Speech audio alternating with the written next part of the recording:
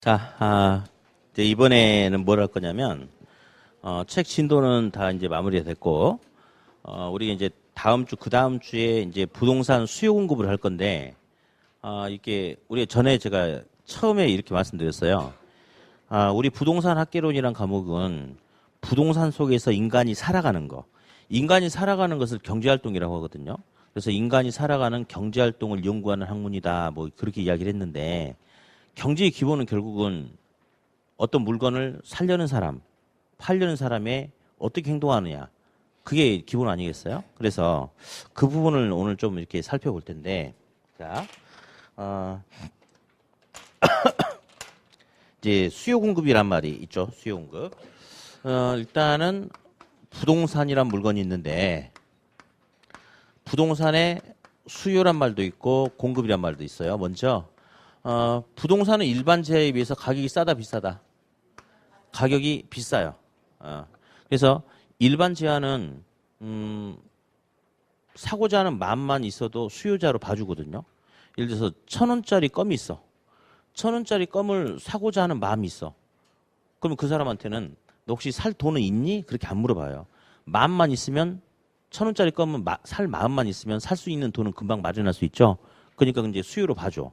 근데 부동산은 고가니까 사고자 어디가 보니까 급매물이 나와가지고 10억짜리가 7억 8천에 급매물이 나왔어. 잡으면 돈 되는 거잖아요.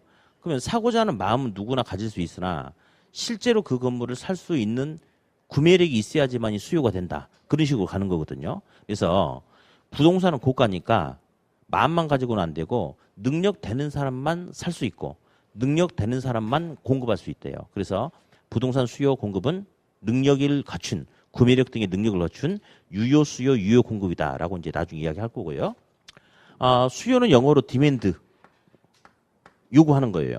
돈 줄 테니까 물건 주세요라고 요구하는 거고 공급은 서플라이 돈을 받고 물건을 제공해 주는 주체인데 자 어떤 물건이 있어요. 물건의 가격이 있거든요. 그러면 소비자는 이 물건을 가져가기 위해서 주머니에서 돈을 빼다가 줘야 돼. 가격을 지불해야 되는 사람, 지불해야 되는 사람. 그러면 이 사람은 가격을 지불해야 되기 때문에 어차피 똑같은 물건 가져가면서 돈을 많이 지불하는 게 좋아요? 조금 지불하는 게 좋아요? 조금. 그러니까 소비자는 결국은 싼 걸 좋아해요, 싼 것을. 그래서 가격이 상승하면 수요자가 사고자 하는 수요량은 반대로 감소하고 가격이 싸지면 사고자 하는 수요량은 반대로 증가하는 거죠. 그래서 가격과 수요량은 반대로 움직인다 해서 반비례 관계다. 비싸면 덜 사고 싸면 더 많이 사겠다. 우리가 알고 있는 거예요. 반비례. 다음. 공급자라는 사람은 어차피 이 물건을 갖다 주는 대신 돈을 받는 거죠. 그러니까 이왕이면 더 비싼 값에 받고 넘기려고 하지 않나요? 그래서 공급자는 가격이 비싸지면 공급 물량을 더 많이 증가시키려고 하고 가격이 싸져가지고 돈이 안 되면 공급 물량을 감소시키려고 한다. 그러면 가격과 공급량은 비례예요, 반비례예요? 비례. 자, 이런 모습 가지고 이제 앞으로 풀어나갈 거예요. 그래서 가격과 수요량은 반비례한다. 즉 소비자는 싼 걸 좋아한다. 가격과 공급량은 비례한다. 공급자는 비싼 걸 좋아한다. 이제 이런 간단한 단순한 논리부터 이제 출발할 텐데 먼저 이제 어떤 거 볼 거냐면 그 39페이지를 보면요. 그 중간에 파란색 2번에 부동산 수요란 말이 하나 있을 거예요. 수요. 자, 그래서 한 장을 잠깐 넘겨보니까 그 양가로 3번에 수요 곡선의 도출이 있어요. 도출. 예. 그래서 수요 곡선을 보니까 한번 볼게요.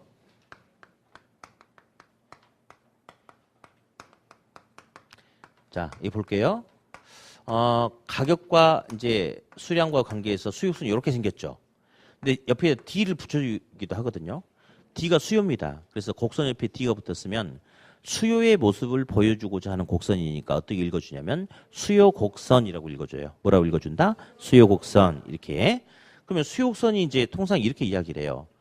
우하향한데 오른쪽 밑으로 내려간대. 그래서 수요 곡선이 도대체 왜 우하향하는 형태를 띠느냐 이걸 잡아내야 되는데 하기 전에 항상 시험에 내용과 용어와 개념이 반드시 세 문제 이상에서는 나오는 용어가 있어요. 대체제란 말이 무조건 나와요. 대체제. 대체제 보완제란 말이 있는데 이 대체제란 게 시험에 절대적으로 중요합니다. 아까 우리 아파트 가지고 대체의 원칙 하면서 잠깐 한번 들어보지 않았나 1교시 때? 예. 201동 702호 주택 가봤더니 마음에 안 들어. 그럼 거기서 끝나는 게 아니고 이를 대체할 수 있는 옆동의 다른 물건을 볼 수도 있다고 그랬죠? 그게 대체예요. 그러면 대체란 것은 둘 중에 하나를 고르는 거, 선택할 수 있다 이거거든요. 요거 아니면 저걸 고르겠다 이렇게. 그래서 두 제어가 대체제 관계다. 예를 들어서 A란 제어하고 B란 제어가 대체제 관계다. 그러면 A와 B는 물리적으로 똑같은 건 아니다. 그러나 서로 비슷한 효용을 줄 수 있는 관계를 대체할 수 있는 관계다. 요거 아니면 저걸 고르겠다. 아까 1교시 때 대방 201동 702호를 봤는데 마음에 안 들어. 그럼 거기서 끝나는 게 아니고 옆동에 102동 802호를 보고 골라서 살 수 있는 거죠. 대체할 수 있는 거. 그게 대체거든요. 그러면 콜라 사이다를 다시 한번 또 이야기를 한번 해봐야 돼요. 콜라. 식당 가서 콜라를 먹으려고 제가 친구한테 고기 먹다가 야 콜라 한 병 빼갖고 와 했더니 친구가 열더니 야 콜라 없는데 너 그러면 뭐 사이다 먹을래 뭐 환타 먹을래 이렇게 이야기하는 거죠. 그러니까 콜라가 없으면 콜라를 대체할 수 있는 다른 것을 소비하겠다 뭐 이런 말. 그래서 콜라하고 사이다는 이제 대체적 관계가 되는데 이제 볼게요. 콜라가 현재 1,000원이에요. 1,000원. 사이다는 900원이에요. 그러면 사이다는 현재 콜라에 비해서 얼마 싸요? 100원 싸죠? 그렇죠? 자, 그런데 이제 갑돌이가 이제 내일 이렇게 자기 모임 체육대회를 하는데 내일 참석 가능한 예상 인원 뽑아 보니까 100명이 온대요. 그런데 둘이 뭐 이렇게 음료수를 100개를 준비해야 되는데 뭐 콜라 좋아하는 사람도 있을 테고 사이다 좋아하는 사람도 있을 것 같으니까 콜라 50개하고 사이다 50개를 사려고 딱 계획을 세우고 있었어요. 그래가지고 이제 콜라를 사러 갔어. 그랬더니 콜라가 아까 전에 1,200원으로 가격이 비싸졌대. 그러면 콜라의 가격이 상승하는 거 맞죠? 자, 근데 여기서 이제 우리 학개론 같은 경우는 상당히 많은 문제 끝에 뭐가 어떤 조건이 붙냐면 요거에 관한 설명으로 틀린 것은 해놓고 다만 다른 조건은 일정 불변하다라고 가정함. 상당히 많은 문제에 그런 조건이 붙어 있거든요. 왜 그러냐면 우리 학개론 같은 경우는 이제 어떤 이렇게 사건 현상이 생겼어. 근데 이 현상을 어떤 조건 하에서 바라보냐에 따라서 해석이 완전히 달라질 수 있거든요. 그래서 예를 들어서 회를 좋아하는데 회, 예, 회가 이제 하나 2만 원짜리 광어회가 2만 원이에요.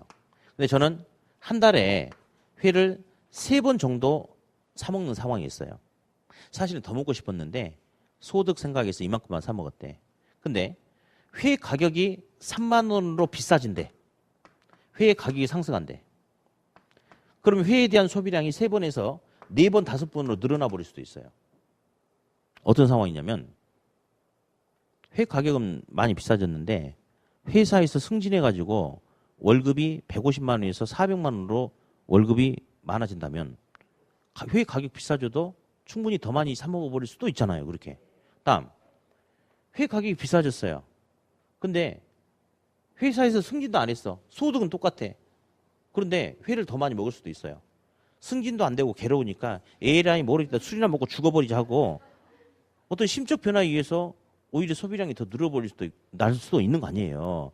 그러니까 이런 여러 가지 상황을 반영해버린다면 분석이 안 돼. 그래서 다만 다른 조건은 불변, 일정하다라고 가정한다는 것은 회 가격이 상승했다. 그러면 회 가격만 상승한 거예요. 나머지 조건은 똑같은 거야. 그러면 모든 조건이 똑같을 때 회 가격만 상승하면 내가 쓸 수 있는 돈이 줄어드는 거죠. 그러면 그때는 회에 대한 소비량을 한두 번으로 감소시켜야 되겠죠. 이런 식의 접근해 줘야 돼요. 그래서 여기서 보니까 콜라하고 사이다가 있는데 콜라 가격이 상승한 거 맞죠? 근데 읽을 때는 이렇게 읽으셔야 돼요. 콜라만 가격이 상승한다라고 이렇게 읽으셔야 돼요. 콜라만. 예. 그러면 콜라 가격이 상승한다 뭐라고요? 콜라만 가격이 오른다. 그러면 사이다는 여전히 가격이 그대로 얼마야? 900원입니다. 그런데 콜라만 가격이 오르고 사이다는 가격이 그대로다 보니까 상대적으로 사이다 가격이 더 하락하는 효과가 나타납니까? 300원 싸지는 거죠? 그렇죠? 그래서 콜라 가격이 상승하면 다시 한 번만 더요. 콜라 가격이 상승하면을 어떻게 읽어라?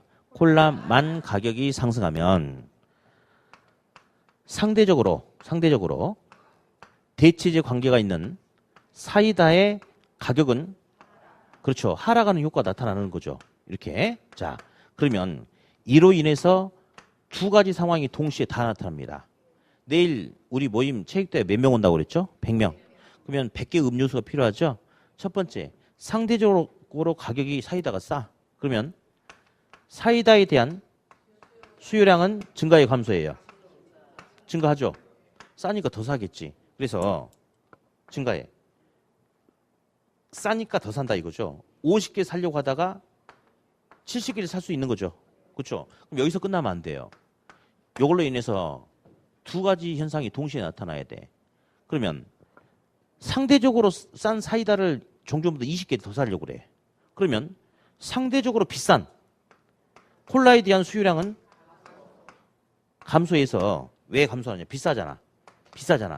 그러니까 20개 줄여서 30개만 사려고 하는 거죠. 그럼 100개 되는 거 맞아요? 그래요. 그러니까 단순한 거죠. 비싸면 덜 사고 싸면 더 많이 산다. 이렇게. 그러면 통상 제일 많이 물어보는 것은 콜라하고 사이다하고 대치제 관계가 있는데 콜라 가격이 상승하면 여차저차해서 대치제 관계에 있는 사이다에 대한 수요는 증가하느냐 감소하느냐. 그걸 제일 많이 물어보는 게 이겁니다. 이 박스. 근데 이제 가끔 여기서 이제 한 번 더 나가기도 해요. 세 번째. 그러면 결국 사이다에 대한 수요는 종전보다 증가하냐 감소하냐. 아니 다시. 사이다에 대한 가격은 종전보다 상승하냐 하락하냐. 상승하죠. 가끔 이걸 물어보기도 해요. 근데 가장 많이 물어보는 것은 이겁니다. 자 보세요. 이게 다예요. 이거예요. 이거. 근데 1년 내내 이거 가지고 헷갈리신 분들이 있어요. 1년 내내. 그러니까 1월 달에도 제가 이 사례를 줄 거예요. 사례를 주면서 이제 프린트물에다 이 사례를 그대로 써가지고 줄 텐데 1월 달에 이 사례에다 제가 체크를 해줄 거거든요. 그러면 수업만 들으시면 안 돼. 이게 하나도 어렵지 않잖아요. 근데 오늘 제 설명만 들으면 다 이해가 돼요. 근데 돌아서면 나중에 혼자 보면 헷갈려. 시험은 저 손잡고 같이 못 들어가죠. 그럼 얼마나 좋겠어. 예, 손잡고 같이 가면 그러다 막 엉뚱한 거 찍으면 막 뒤통수 딱 때리는 거지. 야, 그때 그거 기억 안 나? 3번 찍으려면 그 밑에 거 찍어 이씨 하고 때리고. 그러면 시험 보고 나면 막 이게 땡땡 붙겠지만 퍼펙트한 합격이 되겠지만 근데 이제 저랑 같이 시험장 못 들어가죠. 그러니까 요거는 본인들이 한번 차분하게 제가 지금 설명했던 거 떠올리면서 왜 이런 현상이 나타나는지 한번 차분하게 보셔야 돼요. 안 그러면 아무것도 아니지만 헷갈립니다, 이게. 그래서 대체제 관계 요거 나중에 이제 다다음 주에 한 번 더 할 거니까 요 부분은 잘 좀 정리하세요. 그러니까 아주 이제 단순하게 생각하시면 돼. 소비자는 싼 거 좋아한다, 비싼 거 좋아한다? 싼 거 좋아한다. 공급자는 비싼 거 좋아한다. 그런 관점에서 접근하시면 됩니다. 네. 그래서 대체제는 그러니까 둘 중에 하나를 선택하는 개념이기 때문에 한쪽을 많이 사면 대체제 관계에 있는 다른 쪽은 조금 사고. 맞죠? 그 관계가 바로 대체제 관계입니다. 그리고 이제 가끔 보완제도 나와요. 보완제도 나오는데, 보완제는 이제 약간 사이드 측면에서 나와요. 사이드 측면. 얘는 사면 둘 다 사고, 안 사면 둘 다 안 사려고 하는 그런 관계가 보완제 관계인데요. C하고 D가 보완제다. 그러면 C하고 D는 따로따로 개별적으로 소비가 이루어진다면 뭔가 좀 이렇게 부족한 면, 아쉬운 측면이 있다. 근데 둘을 같이 소비를 하게 된다면 서로 부족한 부분을 보완해 메꿔줄 수 있는 관계를 보완제 관계다라고 그렇게 이야기를 해요. 회를 먹는데 거기다 버터를 찍어 먹으면 어떻게 될까요? 이거는 최악의 관계죠. 오바이트 나와버리죠. 회 먹을 때 뭘 같이 먹어야 돼? 우유? 그렇죠. 소주를 같이 이렇게 먹어줘야 되겠죠. 그렇죠. 한번 볼게요. 회만 먹으라고 하는 거. 회만. 그 몇 점 먹다가 좀 그렇잖아. 뭐 아쉽죠. 근데 안주 없이 소주만 먹으라고 해봐. 비참하잖아요. 그죠? 그래서 따로따로만 소비를 하면 뭔가 좀 아쉽고 부족한 측면이 있는데 회를 먹을 때 소주를 곁들여서 같이 먹으면 서로 부족한 부분을 보완해 줄 수 있는 궁합이 잘 맞는 그런 관계가 될 수 있겠죠? 그런 게 보완제 관계래요. 그러면 회 가격이 비싸지면 회를 조금 사요. 안주가 적으면 소주도 조금 사고, 회 가격이 싸면 회를 많이 사. 안주가 많으면 소주도 많이 사고. 그래서 보완제는 소비가 늘어나면 둘 다 같이 늘어나고, 줄어들면 다 같이 줄어드는 이런 관계. 그러니까 시험장에서 순간 헷갈리지 않아요, 별로. 그러니까 우리 시험은 잘 헷갈리는 것을 잘 내주는 거죠. 그러니까 보완제가 아니고 시험에는 대체제가 훨씬 더 비중이 큽니다. 다다음 주에 다시 할 겁니다. 대체제. 뭐가 중요하다? 대체제. 자, 다시 볼게요.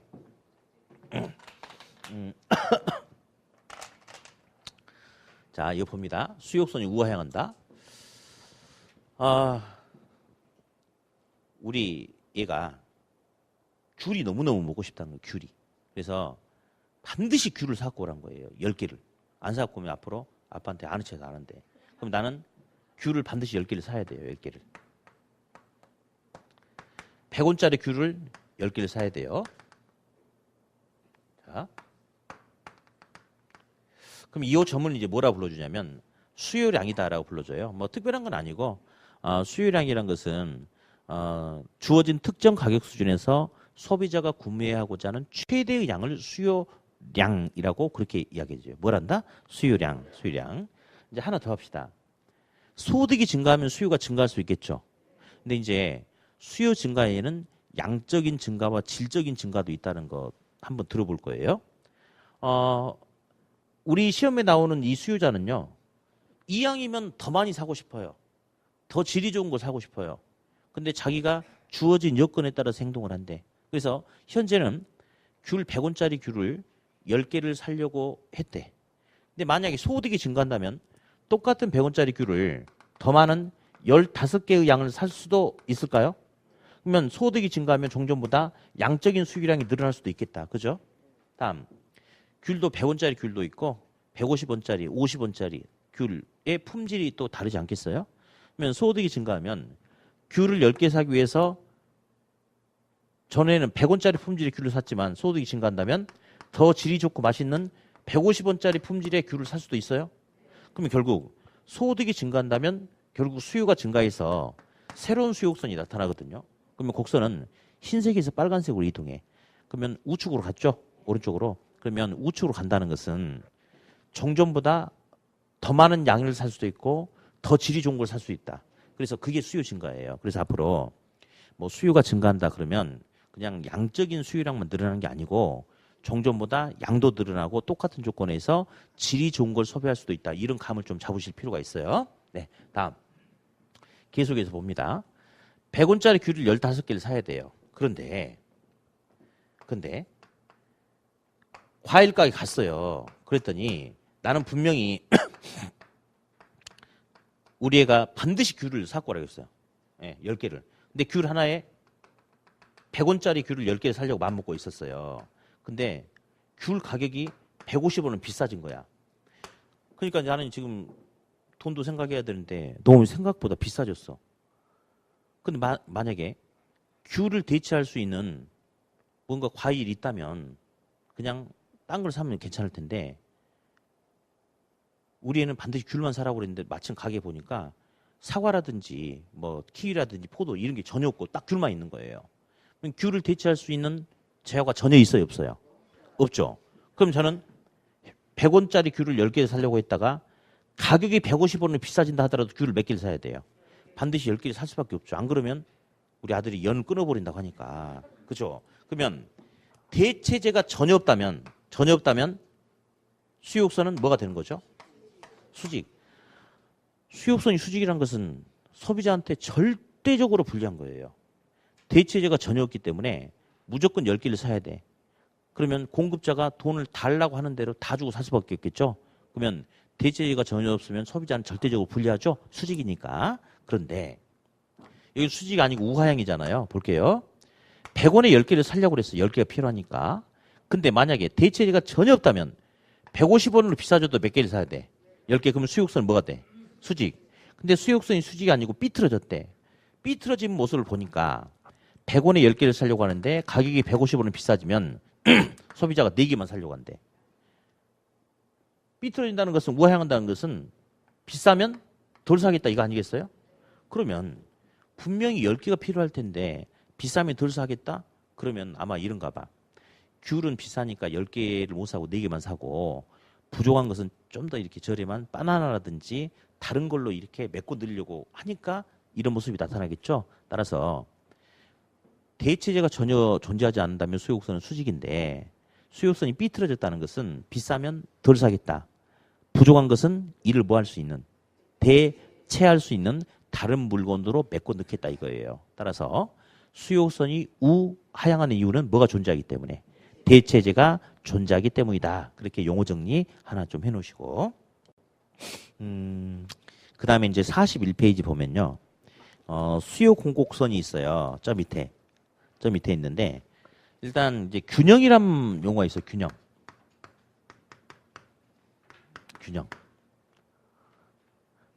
접시저울이 이렇게 있어. 접시저울이. 근데 왼쪽 접시는 10kg짜리 돌을 올려놓고 오른쪽 접시는 15kg짜리 돌을 올려놨대. 그러면 치우치죠 한쪽으로. 그러면 여기가 일반 10kg고 여기가 15kg면 반대로 이쪽으로 치우치죠. 둘 다 10kg면 딱 수평이 되는 겁니까? 수평이 되는 거죠.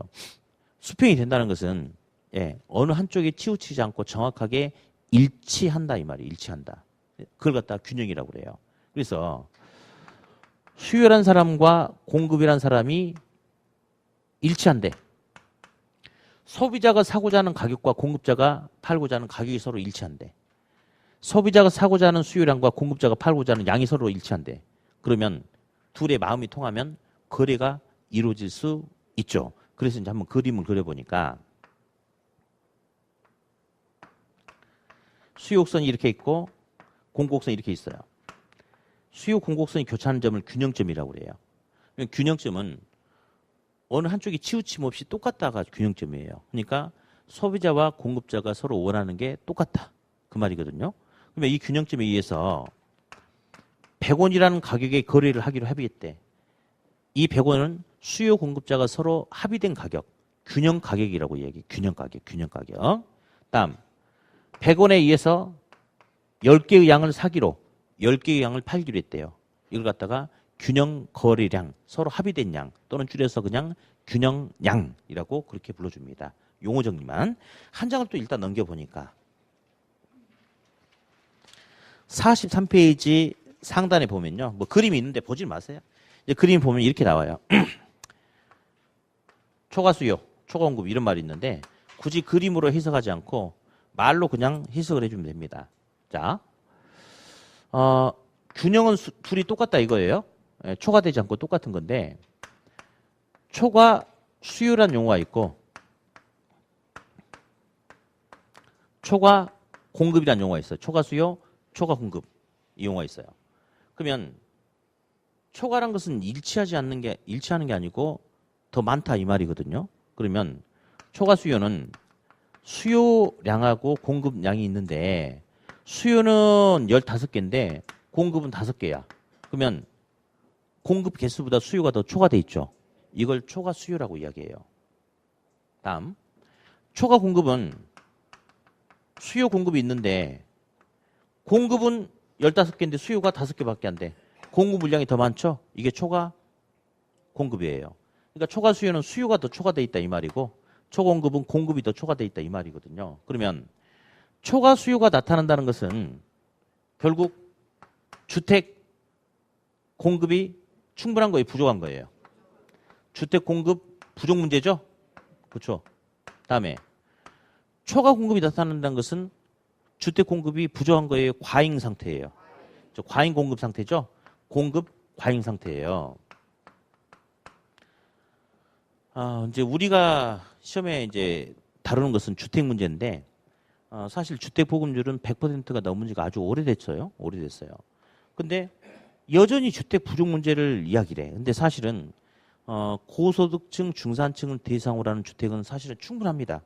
많아요.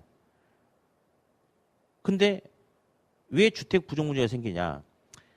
충분해. 근데 주택이라는 자는 영원히 멀쩡한 상태로 존재하는 게 아니고 1년, 2년, 3년, 4년 지나다 보면 점차 노후화돼. 주변 환경도 노후화돼. 그러다 보면 능력 있는 사람은 자꾸 그걸 처분해버리고 더 나은 항상 최적의 상태, 자기들이 느꼈을 때 최적의 상태를 쫓아서 움직이려고 해. 그러니까 자기들도 주택 공급이 부족하다라고 이야기해. 사실 그건 아니지만.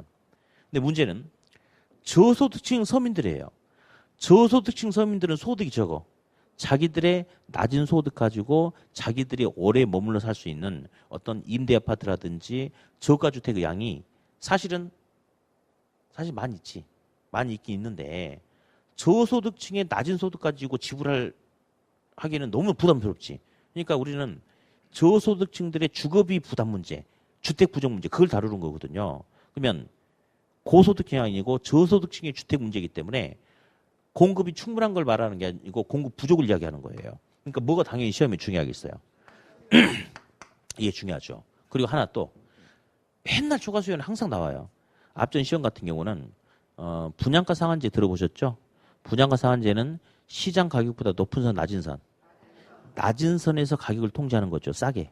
그러면 공급자들이 좋아하겠어요? 싫어하겠어요? 싫어하죠. 그럼 공급 물량을 감소시키지 않을까요? 그러면 물건이 충분해져, 부족해져. 그죠? 작년 시험에 이게 나오더란 말이에요. 시장 가격보다 낮은 선에서 가격을 통제하면 주택시장에서는 공급 과잉 현상이 나타난다. 맞아? 아니죠. 부족 현상이 나타나니까 초과 수요가 나타나야 되겠죠. 항상 시험에 나오는 용어가 초과 수요입니다. 초과 수요. 예. 이렇게 용어 정리를 한번 해봤고요. 그 다음에 이제 책에 없으니까 칠판만 보는데 가장 시험에 잘 나오는 것은 수요나 공급 사이에서 어떤 변화가 생긴대. 예를 들어서 그냥 이 균형점이 여기 있어요. 그러면 가격이 100원에 10개가 거래야 되는데 수요가 증가해서 곡선이 이쪽으로 왔대. 그러면 균형점 여기 있다 이리 온대. 그러면 가격도 달라질 테고 양도 달라진대. 공곡선 여기 있다가 이지로 온대. 그러면 균형점 여기 있다 이리 온대. 그러면 가격과 양의 변화가 생긴대. 그래서 수요나 공급에 어떤 변화가 생기면 종전에 의해서 균형 가격과 균형 거래량, 균형량은 종전에 비해서 어떤 변화가 생기는가. 이게 매번 시험에 나와요. 그러면 종전보다 수요가 증가하는 상황이 생길 수도 있고 수요가 감소하는 상황이 생길 수도 있고 종전보다 공급이 증가하는 상황, 공급이 감소하는 상황 이렇게 여러 상황이 생길 수가 있어요. 그러면 이제 패딩이 있는데 요즘에 애들 롱패딩 뭐 많이 입죠. 근데 패딩이 하나에 20만 원이에요. 하나에 그래가지고 학원 밑에서 하루에 한 10벌씩 판매가 되고 있대. 거리가. 근데 요즘에 롱패딩 안 입으면 친구들이 무시한대. 그러면 패딩에 대한 수요가 증가할 수 있죠. 그러면 가격은 상승이 하락이에요. 상승하죠. 그럼에 따라서 거리량이 하루에 10개에서 20개, 30개로 거리량이 증가할 수 있을까요? 증가해요. 근데 롱패딩 입으면 촌스럽다는 소리가 막 퍼지기 시작해. 그럼 롱패딩을 사람들이 안 사려고 하겠죠. 그러면 수요가 감소해버리면 재고량을 떨어야 될 거 아니에요. 그러면 당연히 가격은 상승이 하락하죠. 하루에 3, 40개 팔리던 게 하루에 거리량이 4, 5개로 줄어들 수 있어요.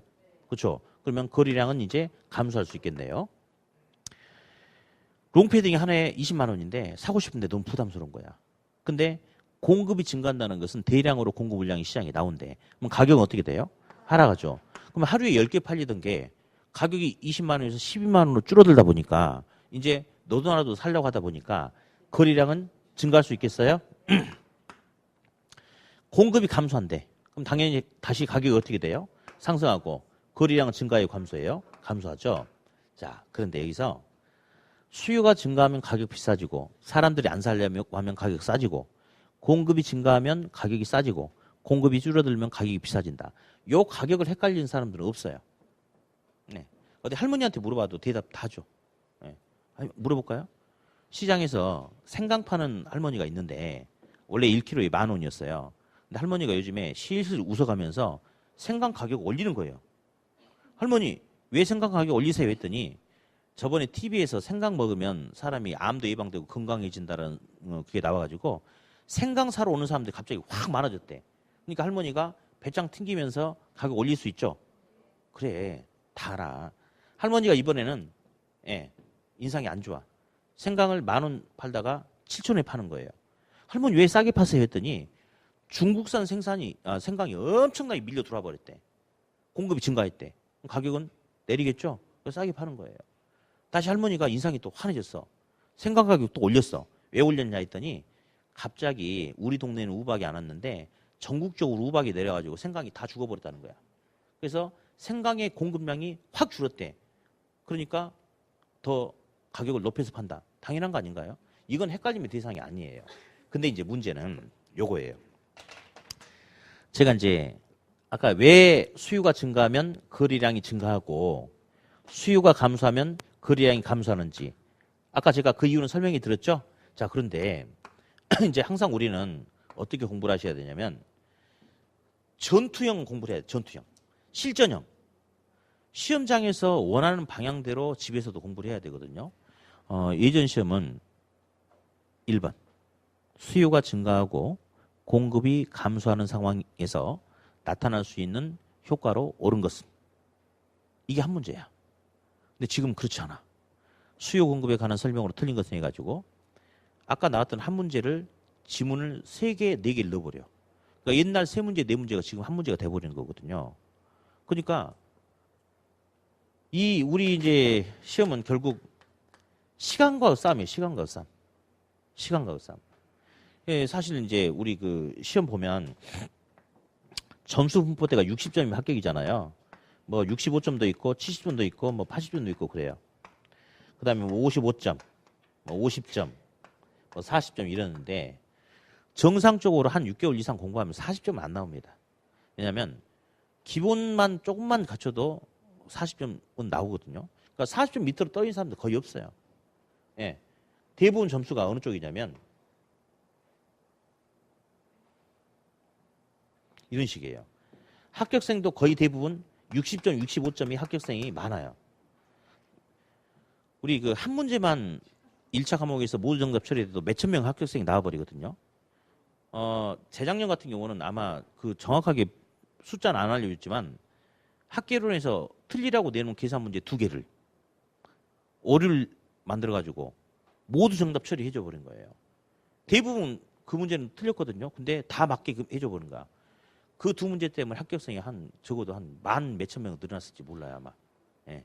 1차는 원래 그래. 왜냐 대부분 다 떨어져도 그러니까 우리 주변에 작년 시험 공부하셔가지고 하나 부족했다, 2개, 3개, 4개 차이로 떨어졌다. 거짓말 아니에요. 대부분 다 하나, 2개, 3문제 차이로 떨어집니다. 수두룩 합니다. 수두룩 해요. 그러니까 사실은 있잖아요. 55점 맞은 사람하고 65점 맞은 사람은 실력을 논할 바가 아니에요. 우리 시험이 이렇게 주관식이라면 좀 다르는데 찍기 시험이잖아요. 그러면 55점이든 65점이든 솔직히 70점이든 5개 지문 중에 3개는 대충 알아요. 근데 2개 가지고 고민하는데 찍는 족족 답 쪽으로 찍으면 65점, 70점이 나오는 거고 근데 찍는 족족 이상하게 내 실수를 해서 오답을 찍으면 55점이 되는 거예요. 그러니까 도토리 키재기야. 65점과 55점은 실력을 논할 바는 안 돼요. 예. 자기가 집중력 있게 실수를 덜하면 합격하는 거고 그렇지 않으면 떨어지는 거고 이게 결국 시간 때문에 그래요. 시간을 충분하게 주고 문제를 풀으라고 하면 합격해요. 합격합니다. 어려운 건 안 풀면 되는 거고 쉬운 거 차분하게 옛날 생각 떠올리면서 하면 되는데 문제는 짧은 시간 내에 자꾸 뭔가를 끝내야 돼. 그러다 보니까 실수를 안 할 수가 없죠. 그러니까 내가 아는 거에서 실수를 3개 하면 합격하는 건데요. 실수를 5개 하니까 떨어지는 거예요. 예. 그래서 우리는 시간과의 싸움이 되게 중요한데 사실 저번 주에도 제가 정말 너무 지금 생각해도 바보 같은 짓을 아침에 했어요. 아침에 제가 이제 출근하는데 아침에 얘를 유치원에다 데려다 주고 이제 출근하거든요. 근데 이제 시간이 너무 빠듯해. 그래가지고 이제 주유소에서 기름을 넣는데 차 이렇게 기름 들어가는 이게 구멍이 있잖아요. 여기다 주유구를 꽂았는데 안 들어가는 거예요. 시간은 없어 죽겠는데. 그래서 뭐 막혔나고 계속 밀었는데 안 들어가는 거야. 그래서 나중에 내 걸 봤는데 멀쩡해. 근데 시간 없는데 어떻게? 그래가지고 그냥 말도 안 되게 안 들어가면 안 해야 되는데 이 구멍에다 대놓고 그냥 딱 붙여놓고 이렇게 주유를 하다가 생각해 보니까 이제 우리 집에 차가 2대가 있는데 하나는 휘발유고 하나는 경유예요. 휘발유 차에다 경유를 넣고 있는 거야. 아침에. 너무 황당하죠. 게다가 차도 이제 큰맘 먹고 뽑은 지 몇 달 안 됐는데 그 넣어버렸어. 그래가지고 이제 뭘 어떻게 돈을 떼우면 되는 거지 뭐. 아무 문제 없어요. 돈을 떼우면 되는 거니까. 그러니까 지금 생각해도 너무 바보 같은 짓 한 거예요. 아니 그게 안 들어가면 저기 주인을 부르면 되지. 구멍에 대놓고 이렇게 해가지고 이렇게 튀기면서 쏘고 있다는 자체가 말도 안 되는 짓을 한 거야 내가. 근데 그때만 시간이 충분히 있었으면 그렇게 안 했겠죠. 근데 이제 빨리 데려다주고 저도 여기 와야 되니까 시간 때문에 말도 안 되는 짓을 그렇게 해. 결국 돈만 날리고 그런 거 아니겠어요? 그래서 시간과 싸움이야. 무슨 말을 하고자 이렇게 썰이 길었냐면 수요가 증가하면 거래량이 증가하는지 왜 그런지 제가 설명해 줬죠. 근데 그 과정은 절대 물어보지도 않아요. 그러니까 집에서도 왜 그런지 생각도 하지 마. 볼래요? 따라서 해봐요. 증가는 양증가, 감소는 양감소. 시작. 증가는 양증가, 감소는 양감소. 수요가 증가하면 공급이 증가하면 양은 증가해요. 왜 그런지는 생각할 필요도 없어. 집에서도 하지 마. 시험장에서 불필요한, 그러니까 이런 거는 아까 제가 그랬죠. 예전에 한 문제가 지금은 지문으로 들어가기 때문에 예전에 세 문제, 네 문제가 지금 한 문제가 된다고. 그러니까 세워라 내워라 그리면서 생각하면서 문제를 푸느니 안 풀고 찍고 틀리는 게 훨씬 나아요. 그러니까 보자마자 답을 툭툭 찍고 가야 되거든. 그러니까 이 부분은 수요 증가하면 양 증가인데 거래량이 증가하는 건데 아까 제가 왜 그런지 설명했는데 생각하시면 안 돼. 집에서도. 그래. 한글로 증가라고 나왔으니까 증가야. 끝. 한글로 감소로 나왔으니까 감소야. 끝. 이렇게 해서 집에서 복습을 하셔야 돼. 그래서 증가는 양 뭐? 증가. 감소는 양? 감소. 어디? 공급 감소 양. 생각하면 안 돼. 그냥 감소잖아요. 제 입에서 감소라고 끝났죠. 그럼 양 감소야. 자, 수요 증가 양. 공급 증가 양. 예, 수요 감소 양. 그냥 그렇게 끝내셔야 돼요. 그렇게. 집에서 왜 그런지 그리면 안 돼요. 시험장에서 써먹을 수 없는 행동은 집에서도 하면 안 돼요. 항상 우리는 시험장에서 실전처럼 써먹을 수 있는 만큼만 복습을 하셔야 됩니다. 그래서 증가는 무조건 양, 증가, 감소는 양, 감소. 그렇게 끝내주면 되겠고요. 마지막 이제 탄력성이 있는데 책은 뭐 안 봐도 됩니다. 네.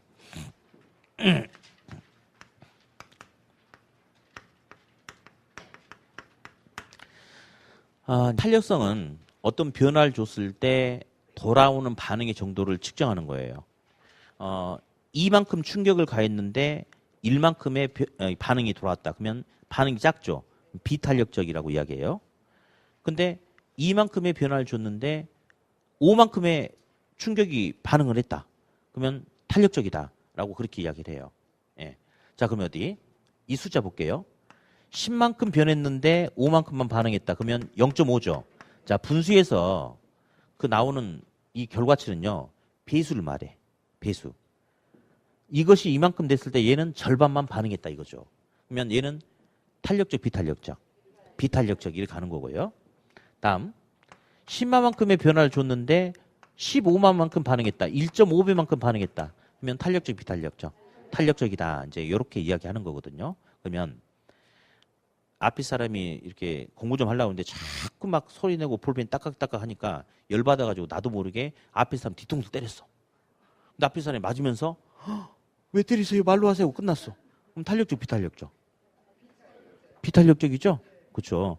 근데 앞에 사람 머리를 때렸는데 앞에 사람이 너 뒤졌어 하고 책상에 올라가서 밟아버려. 그럼 탄력적, 비탄력적. 탄력적이죠. 예? 예. 그럼 때리려면 누굴 때려야 돼? 때려야 돼. 누굴 때려야 돼? 뭘 때리면 안 돼. 그런 생각 누구야? 방금 그 사람 학교 못 하니까 나가. 때려야 된다니까. 누굴 때려야 돼요? 그렇죠.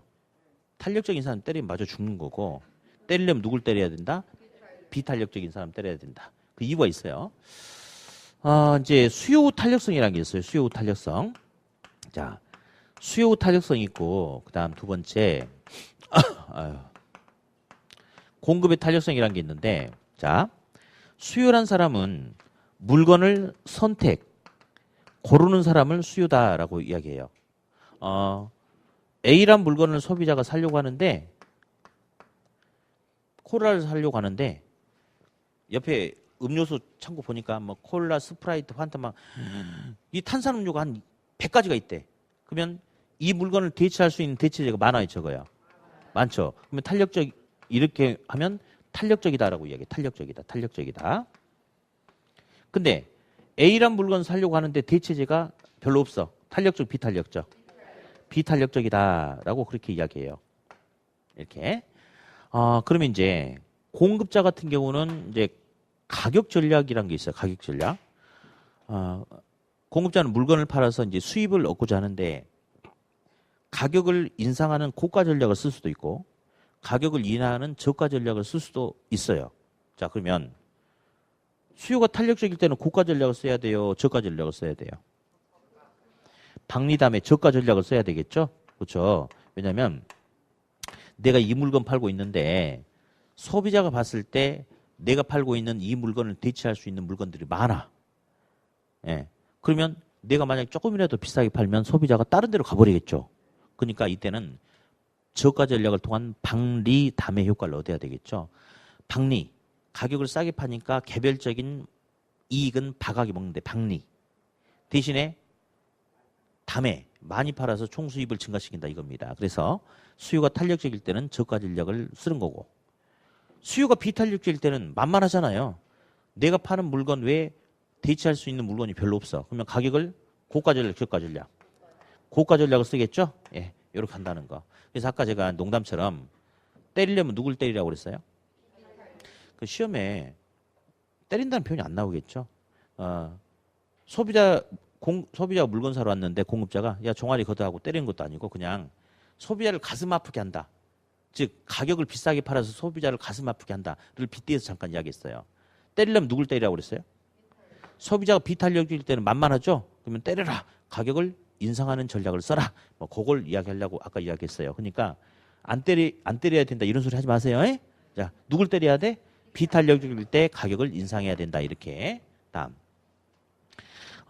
공급의 탄력성은 공급자는 시장에서 필요로 하는 물량을 조달해 주는 주체인데 시장에서 필요로 하는 물량을 충분하게 많은 양을 양적으로 대체할 수 있으면 공급이 탄력적이다라고 불러주고 시장에서 필요로 하지만 필요로 하는 양을 충분하게 제공해 줄 수 없으면 공급이 비탄력적이다라고 이렇게 이야기하는데 분필 같은 일반 제한은 약해요. 비내구재야. 대신에 약하니까 만드는데도 짧은 시간 내에 많은 물건을 빨리 만들 수 있어요. 약한 물건이니까. 근데 건물같이 튼튼한 내구성 있는 물건은 튼튼하죠. 대신에 만드는데 튼튼하게 만들려고 하다 보니까 시간이 많이 소요되죠. 그래서 일반 재화와 부동산은 누가 더 공급이 비탄력적이죠? 부동산이 공급이 더 비탄력적이겠죠? 그렇죠. 네. 다음. 요 지문이 시험에 아주 잘 나와요. 주택 수요가 증가하면 주택 가격 오를까요? 주택 수요가 증가하면 주택 가격은 상승한다, 하락한다? 상승한다. 그런 건 시험에 절대 안 나와요. 그걸 누가 모른다고 시험에 내겠어. 그게 아니고 요게 나와. 수요가 증가할 때 주택 공급이 탄력적인 경우하고 비탄력적인 경우에 어떤 경우에 가격은 더 크게 상승하냐 이렇게 나와요. 그렇죠. 주택 수요가 증가할 때 주택 공급 물량이 원활하게 크게 빨리 양이 증가한다면 예, 가격은 올라도 조금밖에 안 오르겠죠. 근데 주택 공급이 원활하게 빨리 오르지 않으니까 예, 주택 공급이 원활하게 많은 양이 빨리 증가되지 않으니까 가격은 더 많이 오르겠죠. 그렇죠. 그래서 요 지금도 시험이 잘 나온다는 거. 주택 공급은 탄력적, 비탄력적? 비탄력적. 근데 이번 시험 아마 요게 저는 계속 시험에 나올 것 같다 해서 용어를 한 번씩은 학생들한테 계속 이야기해 줬는데 한 번도 안 나왔는데 이번 시험에 꼭 나올 것 같아요. 진짜. 왜냐면 이제 정부가 정책적으로 해버려요. 원래 이게 이제 몇 년 전부터 그 모듈러 하우스, 모듈러 주택이라고 해가지고 단독 주택을 지으면 뭐 이렇게 토목 공사부터 시작해가지고 뭐 이렇게 뭐 세우고 뭐하고 하는데 시간이 몇 달 걸리잖아요. 근데 며칠 만에 끝나버리거든요, 이게. 예, 그래서 원래 이제 SK라든지 일부 건설사에서 이걸 해요. 그래가지고 주택 들어갈 그 자리를 이렇게 이제 기초공사는 똑같이 하겠죠. 뭐 시멘트 바르고 뭐 이렇게 뭐 무슨 뭐 정화조 맺고 이건 다 똑같이 가는데 여기다 이제 건물 세울 때 이 자리에서 안 세우고 공장에서 거의 전체 공정이 70% 이상을 뼈대고 뭐고 모든 걸 다 만들어 갖고 오는 거예요, 이렇게. 그래가지고 이 자리에서 엄청 높은데 막 순식간 올라가 버리죠. 그게 바로 모듈러 공법인데, 근데 사람들이 저 새끼들은 건물 저렇게 만드니까 그렇지. 그거 아니에요. 이 모듈러 공법이 이 대단한 공법이거든요. 지금 우리나라는 아직 이제 이렇게 본격적으로 상용화되지 않아가지고 저층들만 일부 하고 있어요. 근데 아직 10층 넘어가는 걸 갖다가 공식적으로 이렇게 해가지고 자체적으로 우리나라에서 검증이 안 됐나 봐. 그래서 건설연합회도 같이 참여해가지고 이걸 이번에 만들었는데 이게 잘 갖춰졌대요. 예. 그래가지고 내구성도 충분하대요. 내진 설계 다 돼 있고. 그래가지고 이제 이런 걸 만드는데 그러면 나중에는 여러분들 말고 매년 지난다면은 주택 공급도 탄력적일 수 있다. 이렇게 이제 시험에 나올 수도 있겠다. 근데 여러분들은 이제 그런 거 안 나오니까 주택 공급은 탄력적, 비탄력적, 비탄력적. 그리고 방금 제가 이야기했던 주택의 이름이 뭐다? 모듈러 주택. 요 용어 정도만 나중에 좀 보면 될 것 같더라고요. 네, 다음. 탄력성과 이제 곡선의 기울기만 살짝 한번 해볼 텐데요. 고속도로는 평평하죠. 수평에 가깝죠. 그러니까 차가 고속도로 달리면 탄력받아서 쫙 잘 나가는 거예요. 그래서 자, 수평에 가까우면 탄력적이다라고 하는 거예요. 다음. 근데 이제 경사가 급한 도로를 가다 보면 차가 탄력받아서 못 가겠죠. 그래서 수평의 반대가 뭐예요? 수직에 가까우면 탄력적이다, 비탄력적이다? 비탄력적이다. 이렇게 이야기를 해요. 네. 시험에 나올 때 이제 이게 나옵니다. 자, D가 이제 수요곡선이잖아요. 옆에 A를 붙이면 A의 수요곡선이에요. 이렇게 하면 B의 수요곡선이에요. 누가 더 수평에 가깝죠? 누가 더 탄력적이에요? B죠. 그죠? 근데 시험에는 누가 더 탄력적이냐라고 안 물어보고 A와 B 중에 누가 더 대체제가 많냐 그걸 물어봐요. 누구죠? 대체제가 많을수록 탄력적이라고 그랬죠? 그러니까 수평에 가까운 B가 탄력적이니까 대체제가 더 많다 이렇게 나오고요. 1번 공곡선, 2번 공곡선이 있어요. 누가 더 수직에 가까웠고 수평에 가까운지 알죠? 자, 근데 부동산 공급에도 시간이 걸려. 시간이. 짧은 단기 상황에서는 공급 물량이 충분하게 많이 나올 수가 없어요. 어느 정도 충분한 장기 상황이 돼야지 공급 물량이 보다 더 많은 양이 시장에 나올 수 있지 않을까요? 그러면 단기 공급은 탄력, 비탄력, 비탄력. 장기 공급은 탄력적이죠. 1번과 2번 공곡선 중에 누가 단기 공곡선이라고 물어봐. 누구죠? 수직에 가까운 비탄력적이다. 단기 공급 비탄력, 장기 공급 탄력.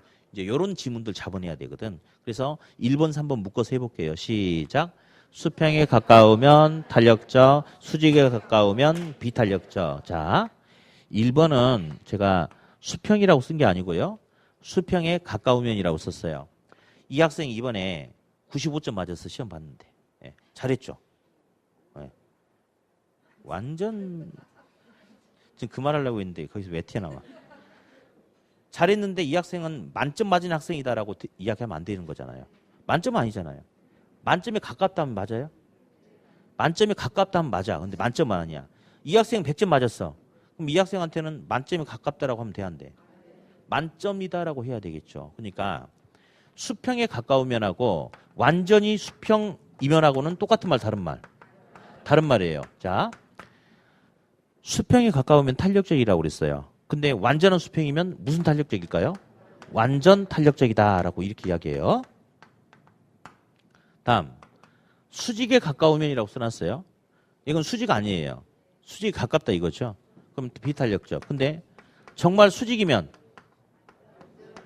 완전히 비탄력적이 되겠죠? 그렇죠? 예, 요게 나중에 아주 유용하게 써먹을 거예요. 책에 보면요. 곡선이 엄청나게 많이 그려놨어요. 다 지워버릴 거야. 이 네 줄이면 끝납니다. 자, 한번 읽어볼게요. 고속도로 생각하시면 돼요. 고속도로. 자, 1, 2번 묶어서 시작. 수평에 가까우면 탄력적, 수평이면 완전 탄력적. 3, 4번. 자, 다시 말 끝나면 해. 자, 3, 4번 시작. 수직에 가까우면 비탄력적, 수직이면 완전 비탄력적. 이렇게. 예. 지금 이제 했던 것 중에 가장 이제 수요 공급 중에 뼈대가 되는 게 방금 했던 이런 부분들이에요. 그래서 다음 주 2교시 때는 수요공급을 이게 강의를 할 텐데 완전 초등학생이라고 제가 딱 생각하고 차분하게 처음부터 끝까지 잘 풀어줄 거예요. 그래서 그때 수요공급 잘 정리해놓고 복습을 잘 해놓으셔야 돼. 왜냐하면 수요공급은 이 자체에서 한 4문제 가까이 나오는데 여기서 끝나는 게 아니고 다른 파트까지 물고 들어가면서 계속 연결이 돼요. 그러니까 시험에 직간접적으로 거의 7개, 8개가 나오니까 엄청난 부분이거든요. 그래서 다음 이제 우리 내년 다다음 주 수업 때는 아주 잘하셔야 됩니다. 네. 우리 이제 같이 공부 시작했는데 이제 오늘이 마지막이죠. 이제 2017년 마지막 수업이고 이제 다음 주부터는 2018년도 새해 첫 해 수업이 되는데 11월달, 12월달은 좀 가볍게 하자고 그랬죠. 근데 이제 1월달, 2월달에 뭐 무겁게 하자 이건 아닌데 이제 오늘은 내년에 시험 보는 해고 다음 주는 올해 시험 보는 해죠. 그러니까 어차피 1년 할 거니까 열심히 정성껏 해서 결석하지 말고 열심히 해서 꼭 우리 10월 27일 날은 합격하게요. 네. 자, 그래요. 자, 새해 복 많이 받으시고 다음 주에 다시 뵙겠습니다. 수고하셨습니다.